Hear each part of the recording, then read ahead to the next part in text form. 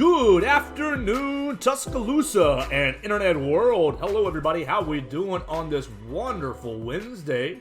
Joe Gaither hanging out with you guys for another edition of the Joe Gaither Show right here on Bama Central and on a part of the BamaCentral.com broadcasting network. We appreciate Chris Walsh and all the other members of the broadcasting network hanging out and putting us on each and every day. You can check us out on Facebook, on YouTube, on Twitter, on Spotify, Apple Music, any place where you're getting your podcast. You can find us right there. Just search up the Joe Gaither Show on Bama Central. You can look us up and find us. Jump right in and join us. You can send us your comments, questions, queries, and complaints right there to our Facebook side of things, to our Twitter side of things. Find me at Joe Gaither6, and you can find all of our content. Go back and replay any of our episodes if you might have missed one on Spotify, YouTube. They're all available right there on Facebook and Twitter as well. So we're gonna have a lot of fun today. We're gonna have a fun show today. I'm expecting to be joined by Ronnie Cottrell, Mobile Christian School coach. He's been coaching at Mobile Christian for 7 years now. He's going into his 8th season, and we're going to have him on today to talk about Deontae Lawson and to talk about Sterling Dixon. Deontae Lawson, you all know, is going into his 3rd year with the Crimson Tide. Redshirt sophomore, going into his 3rd year with the Alabama Crimson Tide, and is expected to be the lead inside linebacker. He and Tresman Marshall. There's another few names getting thrown around for the inside linebacker position at Alabama, but I think that Deontae Lawson is going to pretty much be the lead dog at the inside linebacker position. So we'll talk to Ronnie Cottrell about Sterling Dixon. We'll also talk to him, about Deontae Lawson. We'll also talk to him about Sterling Dixon. Sterling Dixon is a class of 2024 edge rusher, inside linebacker type defender, basically. Is ranked as the number 12 player in the state of Alabama. He's been committed to the Alabama Crimson Tide since December 1st of last year. So we'll talk to him to get to know Sterling Dixon, and hopefully Coach Cottrell can set us up with Sterling Dixon here in a couple of weeks or a couple of days here, and hopefully we can help Alabama fans get to know Sterling as his recruiting is continuing to heat up. I know he took a visit this past weekend to LSU, so we will hear from Coach Cottrell. We'll hear from Coach Cottrell about that visit and kind of where his recruiting stands. We'll also probably talk to him about his time at the University of Alabama. Coach Cottrell has an extensive history both at Florida State and at the University of Alabama, and has coached all across the state of Alabama at various high schools as well. So looking forward to getting him involved in the program today. Before we do that, let's go ahead and talk about let's talk about EA Sports. Let's talk about video games. Let's talk about NIL. Let's talk about proper compensation for these football players. Today, this morning, news and notes coming out that essentially college football players are starting to ban or come together against EA Sports to basically not be in the game. Not be, if it's in the game, it's in the game. No. EA Sports, let's see, the College Football Players Association is organizing a boycott of the 2024 EA Sports college football game because the payout for the athletes is expected to only be $500. So I throw that out there and you're like, what the heck, why? Why is one? Why for both sides? Why for the athletes are you going to boycott the game if it's only $500? Well, let me let you know. If I were a college athlete, I would be the bottom end of the roster. I would be the 4th string offensive tackle who gets all the water. I would be the 8th string punter. I would not be Caleb Williams. I would not be Deontae Lawson. I would not be Kool-Aid McKinstry. I would not be, Joe Milton, one of these premier players that's coming up in 2024. I would be a guy you've never heard of. And so, look, most of college football is full of guys that you've never heard of. Most of college football is full of just random guys who are getting their scholarship, gonna be playing. I mean, look, there's only 130 FBS programs, so you don't know all the stars. Do you know the roster at UConn? Do you know the roster at Cincinnati? No disrespect to those programs. Indiana, Illinois, come on, no disrespect to those programs, but they're not churning out star players. So what the heck are we doing here, College Football Players Association? Take the $500, get yourself into the game, get the name look, they say Joe Gaither, you're the 8th string offensive tackle for Alabama.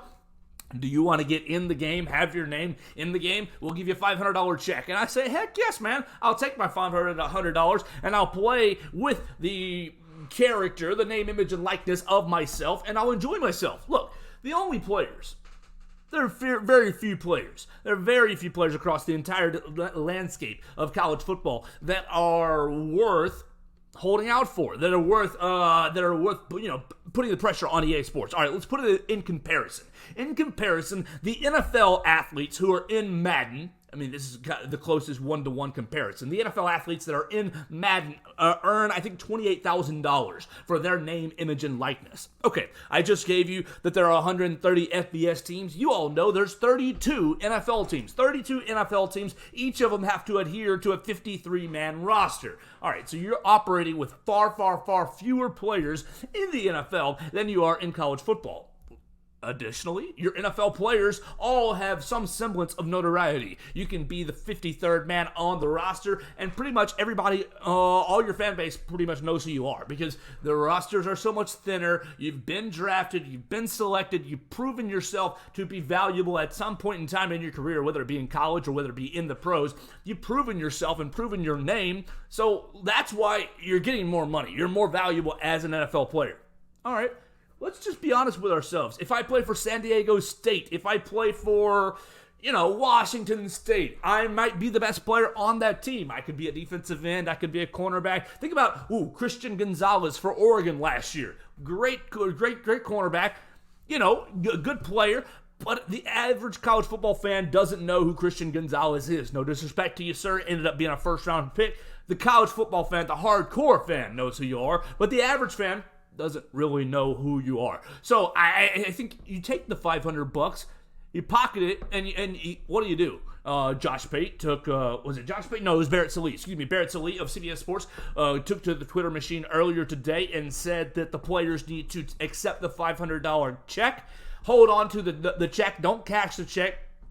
It'll be worth far more. That he said it'll be worth far more money, far more in the future as a collector's item. As a collector's item, you could probably sell that check, void it out and sell it. Sell that check for far more money. So look, if I'm a college football player, if I play even Vanderbilt, I'm taking the money. I'm going to get my picture made because I'm sure it's all about like getting a picture, getting a face scan so that they can get your get your likeness into the game. Make sure that you write your name Gaither correctly in the submission form so that it's spelled correctly in the game. All of that stuff, and you can get your pronunciation Gaither, so that whoever the commentators are in the game will pronounce your game correct. It's going to take no work at all for these players to participate. Nothing. No, it's going to be nearly no work at all for them to participate. The guys that should be worried about are the guys that should say, hey, we're worth more than $500. We're worth more than just here's a check and get on about your business. You're Caleb Williams. We just talked about it. You're Caleb Williams. You're Joe Miltons. Heck, maybe Jalen Milroe, maybe Tyler Buckner. You're players that are actually going to be the faces of these large programs. Who's going to be at Ohio State now that C.J. Stroud is gone? You don't really know. Maybe you get J.T. Tuimoloau, the defensive end. Like, it's just going to be, there's going to be few and far players who are going to be worth negotiating with EA Sports. Quinn Ewers comes to mind. I'd say maybe 5 to 10 quarterbacks, maybe 3, 4, 5 running backs, a couple of receivers, and a couple of key defensive players. You could probably cap it at 20 stars, 20 to 25 real stars that have bargaining power with EA Sports. Now, if I'm EA Sports, I'm just looking around and I say, if I'm EA Sports, all I do is say, oh, you don't want my $500? You don't want my $500? We just go ahead and get rid of you, or we don't need you. We can call you quarterback number 12, as they used to do for the Alabama quarterbacks. We can call you running back number 23. We can list your name as just something very generic and still put on the product because the EA Sports already has the licenses with the universities, with the NCAA. They've already got the, so they can put anybody, random player X, in an Alabama uniform. And sure, it might be an African-American, and he might be wearing number 4, but if Jalen Milroe doesn't opt in and doesn't take these $500, all they got to do is put QB4 on the back of his jersey like they used to do. And so, look, for players, think about that. you just need to go ahead and take this $500 because look, you all, maybe the players don't remember because the players were not even, I wonder how old they were in 2014. 10 years ago, they were 7. They were 6, 7, 8, 9 years old the last time that EA Sports put out a game. So I wonder if they even remember this or remember this concept. You had to go on to basically the online servers and say, oh, I'll download Joey X's file. I think it was Pasta Padre used to have a file pretty much every year. You download the files, and then it gives you, oh, Jalen Milroe, Jason McClellan, Malik Benson, Isaiah Bond. It implements all the names. At zero cost, it used to do. Zero cost. So the players, look, you need to go ahead and take your check, make sure that your face looks right, make sure that your name is spelled correctly, make sure that the announcers are saying your name correctly, all that stuff. Go ahead and get into the game and honestly, take your $500 and say, hey, look, we're in the first edition. Take your $500, put it, look, buy 2 copies. Sell a copy later on in life when you say, hey, son, do you want to see me in a college football game? I know that you're probably on PlayStation 12 by now, but let's break out the old PlayStation 4 and look at Daddy in a college football game. I think the players will regret it, will kick themselves in the pants if they end up not getting into the game over $500 and over saying, oh, that's not enough money. I mean, what would the pool be? What would the pool be if they gave all of the players even a double, $1,000. I think for the players, they need to go ahead and take the money. Yeah, exactly. I see a commentator. Maybe I'm off here, but EA Sports has all the leverage. Don't want a $500 check? Cool. Now you're Hinkle McCringleberry with a 62 overall rating. That's from @TigerCommentator. Aren't you Jalen Milroe, and don't you want to be rated 92, 91 overall, 88 overall, and have it say Jalen bleeping Milroe from, he's from Channelview, Texas? Or is that Jalen Hurts? They're both from the Texas area. So I think these players are dumb. I think these players need to go ahead and accept the money right up front. Hey, everybody. Happy June. All right, we're still waiting on our man Ronnie Cottrell to jump into the stream. We'll go ahead and move on to our next topic. We'll talk about Nick Saban. Nick Saban going up to Washington, D.C. Nick Saban has had a very busy week. Nick Saban, as you all saw, last Friday, he dedicated the most recent Nick Saban Nick's Foundation for Habitat for Humanity. Look, he turns in on Tuesday. They'll go up to visit Children's Care in Birmingham. They also end up having Leadership Day on the lake on Monday. So he's had a busy week. Well, today he's going up to Washington, D.C. He's going up to Washington, D.C. to meet with congressional leaders and lobby for help stabilizing college sports. Stabilizing, he thinks it's all out of control. And there's a large contingent who see that as well. I don't really see it that way myself, but Nick Saban does, and obviously he has the power, and I do not. So he's going to Washington, D.C. to help, quote, stabilize college sports. Coach Saban said, quote, I think the whole idea is we want to provide information based on our experience so that maybe people that are involved in the House and Senate both sort of have an idea of what the issues really are and how it can impact and affect college football and in the future.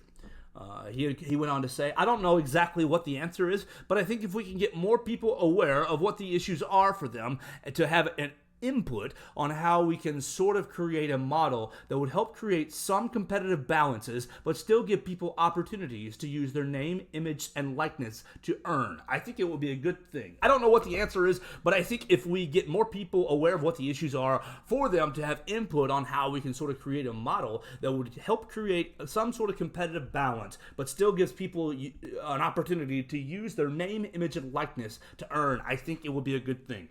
Look, Coach definitely wants to go back to some sort of competitive, wants to go back to where name, image, and likeness is controlled and is really regulated.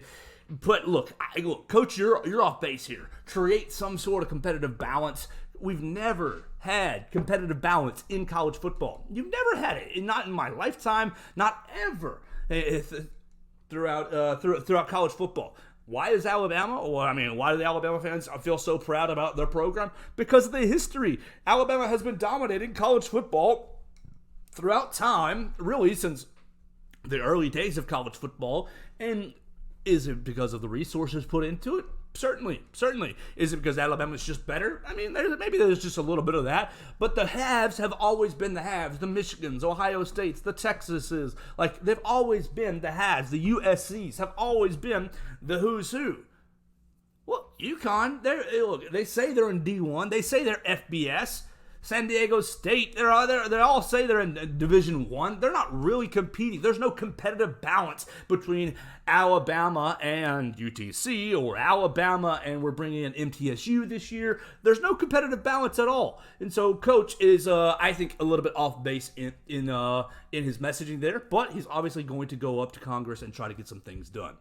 All right, so let's go ahead and let's have some fun here. Let's turn it over. Let's change our topics here. We're going to welcome in Ronnie Cottrell. He is head coach at Mobile Christian School. He's been there for 7 seasons, going into his 8th year. 60-29 overall record. Has had immense success at Mobile Christian School. Ronnie, thank you so much for jumping in and joining me today. I appreciate it so much. I hope your Wednesday is going well. Oh, it's going great. There's nothing wrong with being a proud Alabama fan. I was listening to some of your comments before I jumped on, because we have a lot of them. We really do. I have a fine player at Alabama right now that played at Mobile Christian that if our fans don't know who he is, they will be getting to know him soon. His name is Deontae Lawson. He's number 32, and just what a fine person he is. Coach, that's perfect, because that's what I set it up earlier in the day. We want to talk about Deontae. We want to talk about your other fine player, Sterling Dixon. I want to kind of get to know about him. And then I'd love to just kind of talk about some of your coaching history. And you have the who's who you've rubbed elbows with and coached with as well. So I'm really excited. Why don't we start with Deontae, since you brought him up. He started 4 games last season for Alabama, down the late stages of the year. I was all summer long saying Deontae Lawson is going to be the starting inside linebacker. It took him a little while to get into that role, but really, I think he's going to be a superstar. I think he's going to be a stud this coming up season. What can you tell us about Deontae that the average fan maybe doesn't see when they're watching him on the field? Well, Deontae came to Mobile Christian as a baseball player. He was a left-handed pitcher, first baseman, and our baseball program is a phenomenal program. But somewhere along the way, 2 or 3 years into it, he kind of played basketball and football, didn't play baseball. But and I truly believe, I've been in evaluation most of my life as a college coach. I think he's an NFL player. The coaches love him there. They love him because the things that are important to coaches are important to Deontae. And he's very dependable, very bright, outstanding student. I noticed already since he's been there, he's already been the player of the month multiple times for the athletic department, which really entails more, their personal life and the type person they are. But no, he's going to be a great player. He's a student of the game. Truly is what you're looking for as a college coach when you're recruiting players. Absolutely. Well, I got to see Deontae Lawson in his final game playing against ACA right here in Tuscaloosa, and you used him both on offense and on defense, kind of as a swing, tight end, slot receiver kind of guy, just doing everything, and then he was flying all over the field on defense, making plays everywhere. I was just blown away with him that evening, seeing the athleticism, and then a couple months later, you joined one of my old colleagues, Ryan Fowler, on Tide 100.9 to talk about Deontae Lawson, and I specifically remember you comparing him to an older, one of your former players, Derek Brooks, which is just like massive comparison. How do you see the two of those guys being kind of at least athletically similar? Yeah, Deontae's actually a little bigger than Derek was as far as height, but Derek Brooks is one of the greatest players of all time. We had him at Florida State. He's in the NFL Hall of Fame. He's multiple Pro Bowler. But Derek was a guy that was about being a great football player and being a part of a great team all the time. And those are the intangibles that I talked about with Derek being compared to Deontae. Deontae studies the game, and he's kind of no nonsense when it comes to games. In fact, day of a game, preparation for big games, he always prepared and performed. And Derek was the same way. They say now, legend is about Derek Brooks is that the players hated being around him after practice because all he wanted to really do was talk about the next opponent in the game, But I don't know. I think Alabama's got a great player in Deontae. Some of the fans probably don't know. He's had a little bit of a knee problem. They've had to kind of trim and do some stuff, but he is really excited right now about this season. In fact, Coach held him out, in the spring, but I think he's going to have a phenomenal year. For us, as you mentioned, he did everything for us. I mean, if the game was on the line, I was going to make sure he was involved in some way, whether it be short yardage offense, goal line, throwing the ball to him, whatever we had to do. And because he is a guy that makes plays. And I always challenge my players. I've done it ever since I was a coach at Alabama. Great players, and I think that's what you're going to see in him. Now, I do have another player here, too, that is currently committed to Alabama, Joe. His name is Sterling Dixon Jr., and there's been a lot of write-ups about Sterling, and just a tremendous pass rush guy, edge guy, but he also can play linebacker. Sterling made first-team All-American, Max Prep, first-team All-American as a freshman on their freshman team. Wow. And so ever since that day, he committed quite a while back, but the other teams have not stopped. I mean, LSU, Auburn, everybody, Clemson, anybody you can name has tried to stay in there with him. And we've had some transition at Alabama. I'm talking about with defensive coordinator now is Kevin Steele, but he has remained committed. But the other schools have not stopped, Joe. It's been crazy. So hopefully, I think he's going to make an official visit the weekend 16th. Yes, sir. That is correct. He committed in December, and he's got his official visit, not this weekend, but next weekend at Alabama. And, I know Kevin Steele is a phenomenal recruiting coach. He's not just a great defensive coach, but he does a great job. And he's gotten in on this thing a little late, but he is just doing a phenomenal job. So I think after next weekend, hopefully, this recruiting can stop because – gosh, I mean, the pressure that they put on highly recruited kids now, Joe, is unbelievable. Is that distracting for you trying to lead a program, trying to get ready for 2023 you don't want the kid to disregard his recruitment, but you obviously want to get ready for 2023. How does that play out for you as a head coach? Man, that is the whole key. And see, that's what was so special about Deontae Lawson. He committed early, and he told them all, I want to take care of my team. It's really why Sterling committed early. But, man, they have not slowed down on him, the other teams. But, yeah, hopefully we can get this behind us because we've got an excellent football team this year. Our defense has traditionally been really good. Charles Lawson is my defense coordinator, and he's a former linebacker at Southern Miss, and he does a great job with these guys. But hopefully we can get this behind us soon, Joe, for not just for Sterling, but also for his teammates. 100%. Coach, we're talking recruiting, and so this kind of leads me into another topic. You had a time as recruiting coordinator at the University of Alabama, and we're familiar with the Albert Means situation. I wonder how you, going through the Albert Means situation and now having highly recruited high school players and NIL being really legal now, what is your opinion on NIL, and how does NIL being legal now change or impact kind of your experiences in sports? Well, the NIL, but I tell you, the portal is what has changed everything, I think. And because the portal has created a situation where it's almost like NFL roster management. I mean, earlier this spring, Hugh Freeze at Auburn, went through a spring practice and had some quarterback issues. And almost immediately after the spring game, he mentioned it, we're probably going to look for help in the portal. We've not had that in years past. In fact, when I was a recruiting coordinator, there was very little transfers. In fact, if it was a transfer, it was a problem. Something has happened. But today, I mean, the kids are constantly looking. Here at Mobile Christian, I had 4 kids in the portal this last year, 2 that left Western Carolina to go play in a junior college now to better their opportunity.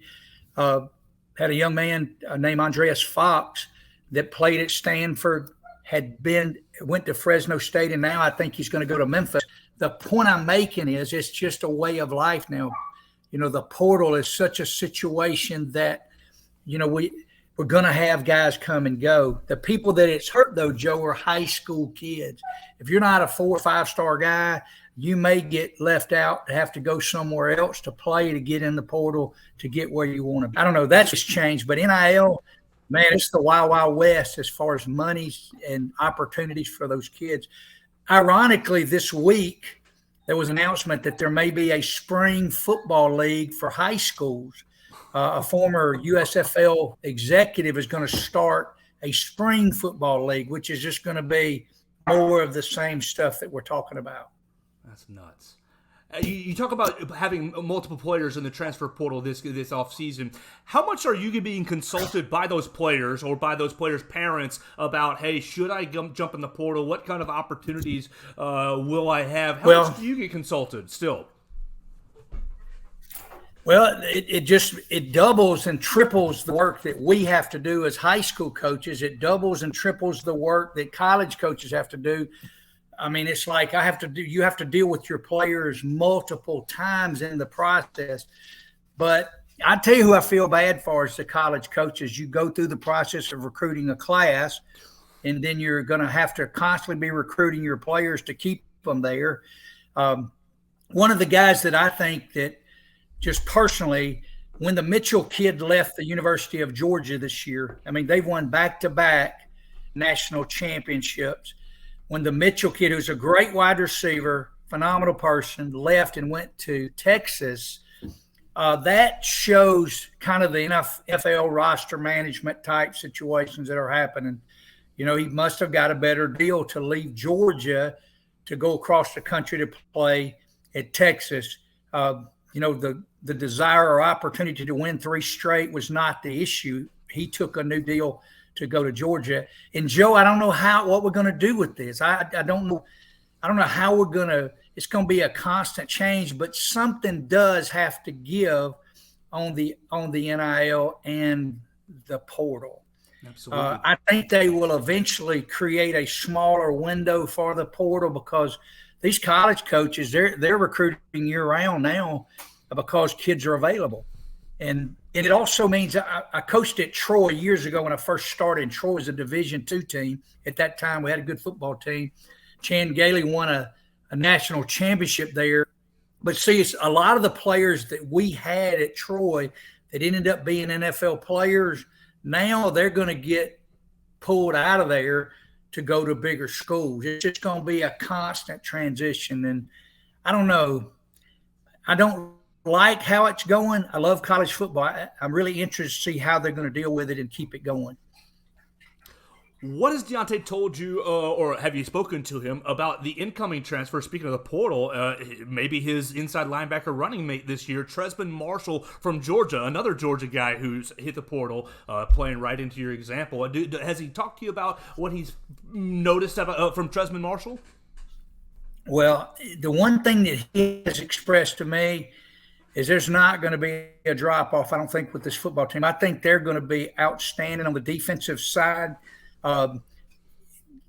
He did talk to me once about before the transition of the coaches, but I know he likes Kevin Steele a lot, and they like him. The coaches like him. Coach Bala came by and visited here at the school. I think there's a little bit of feeling bad about not doing better last year with this team. They have something to prove.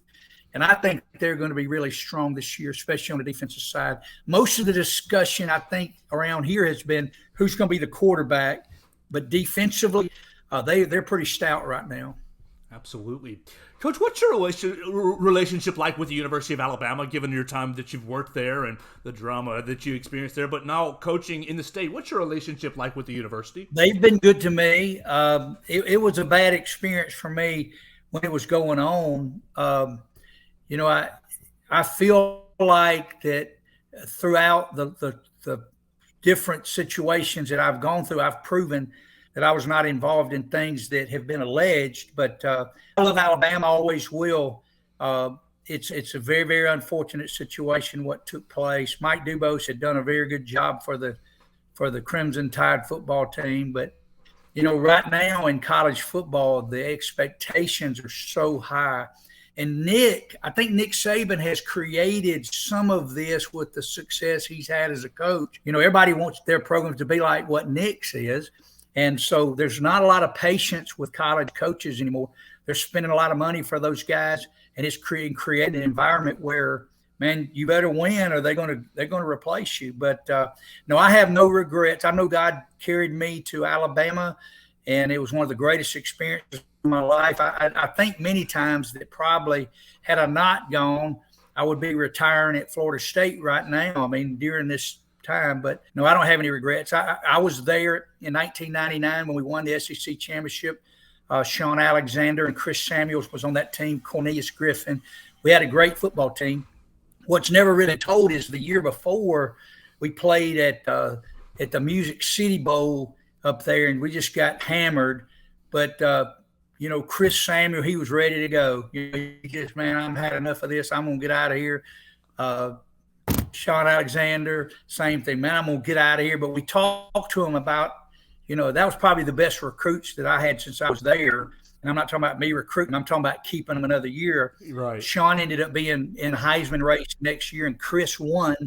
He won the Outland Trophy for the top lineman in the country. But no, my experiences were great there. I just, I like that my kids want to go to Alabama. I would never not want them to go to Alabama. I think it's a great place.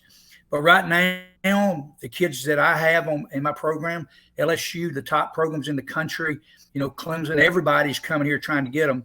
So when one chooses Alabama, I like it. I don't ever say to my players, hey, you got to go here, you got to go there. That's not my job. My job is just to create the opportunity for them to go see and visit. Well, Coach, you must be stealing my notes here. I've got all my notes here, and Chris Samuels and Sean Alexander are on my notes because earlier in the week, the College Football Hall of Fame announced its 2024 ballot, and the 23 ballot had Chris Samuel and Sean Alexander on them, but this coming year's does not. We had a big kind of discussion about the College Football Hall of Fame, but just 2 minutes on those players and how special they are, and maybe the crime that it is that they're not considered for the College Football Hall of Fame. Chris Samuels is from Mobile, Alabama, which is where I am located now. And, Chris was not a highly recruited football player. He was a D-line. Mike Dubose recruited him personally. And when he got to Alabama, he quickly found out that he was very, very athletic as an offensive tackle, to transition quickly. But he is a fine person. He's very famous, ended up being a Pro Bowler and a great play. Mr. Schneider, Norv Turner, the head coach of the Redskins, met with office when they kind of finalized the deal that they were going to draft him in the round. And Chris just did a phenomenal job for them and a real asset for the Washington Redskins and for the University of Alabama. Sean, my son, Daniel Alexander Cottrell, after. Oh, wow. One of the finest people I think I've ever been around. Both of those guys were great leaders during the situation of the last season. They did a phenomenal job in their last season of really doing what it does to be successful. I don't know. There's a lot of great players out here, but those two would have to be in the very, very top group. Kids to come. I hope they do get back in that Hall of Fame again. I hope they get a chance. Absolutely. I think they absolutely deserve it for everything that you just laid out for us. We've talked about Derek Brooks and your time at Florida State. Can you tell us about any big lessons that you took away from Bobby Bowden, or anything that Bobby Bowden taught you that you're still carrying in your coaching today? Well, Bobby Bowden, we lost years ago. It's a big loss for the college football community. Devotion and a prayer. Coaches would do the devotion, and either the coach would pray or while we were at Alabama. At Florida State, we had Chris Winkie and Charlie Ward. Charlie was an academic All-American at Florida State. And test score to come in. So, he sat out his first year of college. He sat out, took a few hours, passed it, and then came in January. Of course, he goes on to be the high Knicks in basketball. And then we also had Chris Winkie, ironically, another Heisman Trophy winner who was a two-sport player. Chris reported as a freshman, and he came back later. I can remember he called me at 2 a.m. and said, "Coach, I'm ready to come back." This was like 4 years later. He came back as a 22-year-old starting quarterback, led us to that national championship. And now Florida State was a phenomenal experience for me. I was there almost 10 years. And I don't know, I just cherished the time I had there. But I will say again, I'm so glad that I had the experience to be a part of the University of Alabama. We made so many good friends there. And the one thing that was unreal to me was the support by the fans at Alabama. I mean, that first spring I went up there, and I mean, the place was packed out. It was before, other schools here in the United States have really made an emphasis over spring games. Alabama's support was just incredible. Well, Coach, I really appreciate your time today. Let's get you out of here on one more kind of topic with Sterling Dixon. Your 4-star linebacker who's coming up. He's going to be a senior this year. You've already kind of outlined that the colleges won't stop calling him. One thing I've noticed in some of the write-ups is that Alabama might be looking to use him as an inside linebacker role with specialized some pass rusher, but maybe LSU has enticed him with a Harold Perkins kind of a role, kind of moving him around. Do you see him fitting one scheme or another, or excelling in one area or another at the college level? Well, first of all, I hate it when we worry about the first year, the first year of playing. Excuse me. Most players, you got 4 years to participate, and they're going to develop at different, pace. But I think he's going to be a phenomenal football player, whether he plays inside or outside. Sterling has an extreme, just a gift of vision of seeing a play as it unfolds. And on every play, at the end of the play, on that last frame of the film, he's in it. I don't know how it is, but he's going to be involved where the ball is. He is a great pass rush guy. At Florida State, we used to be a 4-3 team, and we'd have 2 ends. And those ends were upfield guys that were going to rush the passer. He would be perfect in that. He can stand up and play an outside linebacker like in a 5-2 look or a 3-4 look for other teams. And he could also play inside backer. But I don't know. Kids select colleges for different reasons. I think he loved Alabama in the beginning because of the development side of what Coach Saban does. And when he goes up there, I think if everything is the way it was before, he'll be right there at Alabama. I heard him say today that he's 90% committed to Alabama. But I mean, we won't know until it's over just because of the way recruiting is, Joe. I mean, those coaches are relentless. And by the way, if I was coaching at Alabama and Sterling was my recruit and he was committed to Georgia, I would still be trying to get him just like these other schools are. I mean, he is definitely worth the effort for these other schools to try to get, but I still feel like he's going to end up at Alabama just because of the relationships that have been built with Coach Saban. Coach Cottrell, this has been a huge pleasure for me, and I really, really appreciate the time you've cut out on your Wednesday today. Is there anything that our listeners can do to support you and your program, or anything you want to tell the listeners as Mobile Christians getting ready for its next season? Well, we're in a great profession, Joe. I mean, both of us deal with the greatest game in the world, with the greatest kids in the world. I mean, football is an awesome entity. And it drives us all.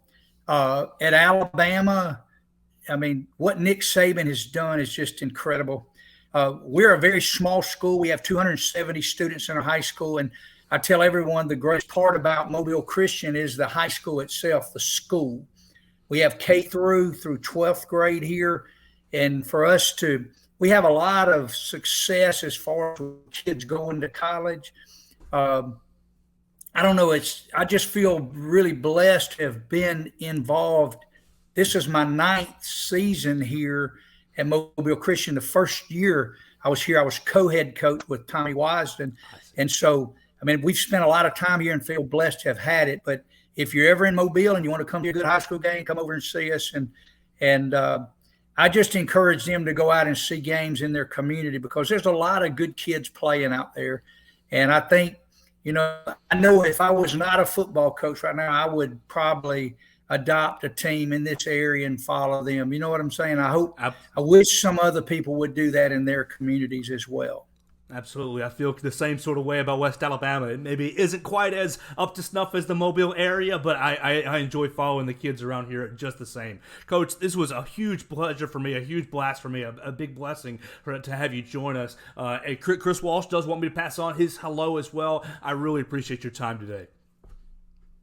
Thank you very much. And go Leopards. Yes, sir. Go Leopards as well. That's Ronnie Cottrell joining us on the Joe Gaither Show, and we had a huge blast talking to him. What a blessing to have great stories. I am in love with Deontae Lawson, to be honest with you. I think he's going to be a bad man. Think back to 2018, Rashaan Evans. I think he's going to be kind of a C.J. Mosley type. I'm really, really looking forward to seeing. Look, it's been a minute since Alabama has had an attitude, a hard-hitting inside linebacker who's getting out there and getting it done. So Deontae Lawson, I'm so excited about him. For all you listeners who hung out with us today, I really appreciate you hanging out with me today. I know that Coach Cottrell's internet connection wasn't great, but I hope you got some great information from him. Speaking about NIL, speaking about the transfer portal, it sounds like he's still involved really heavily with the players who are out there in college, helping them make decisions. Look, it was a great conversation for us. I'm looking forward to seeing what Sterling Dixon does. We'll just kind of recap. Last week he went to LSU on a visit, and LSU kind of put the bells and whistles out there in front of him. Seems like he's coming to Alabama on an official visit this weekend or next weekend. Coach Cottrell said the 16th, so that's going to be next weekend. Will we see Sterling Dixon officially pretty much lock in his commitment and shut down the recruitment after that? I don't know. It sounds like the colleges will not let that happen, as they all want to get his services for 2024. For Chris Walsh and Bama Central, this has been a fun show today. I really appreciate Ronnie Cottrell joining us. You can share the story, you can share the interview to anybody who might be interested in finding out more about Deontae Lawson or Sterling Dixon. I want to remind you, tomorrow on the program, we're going to have Blake Byler. Blake Byler, a Blue Collar Unplugged. Yes, that podcast we've been telling you about on Bama Central's broadcasting network, Blue Collar Unplugged.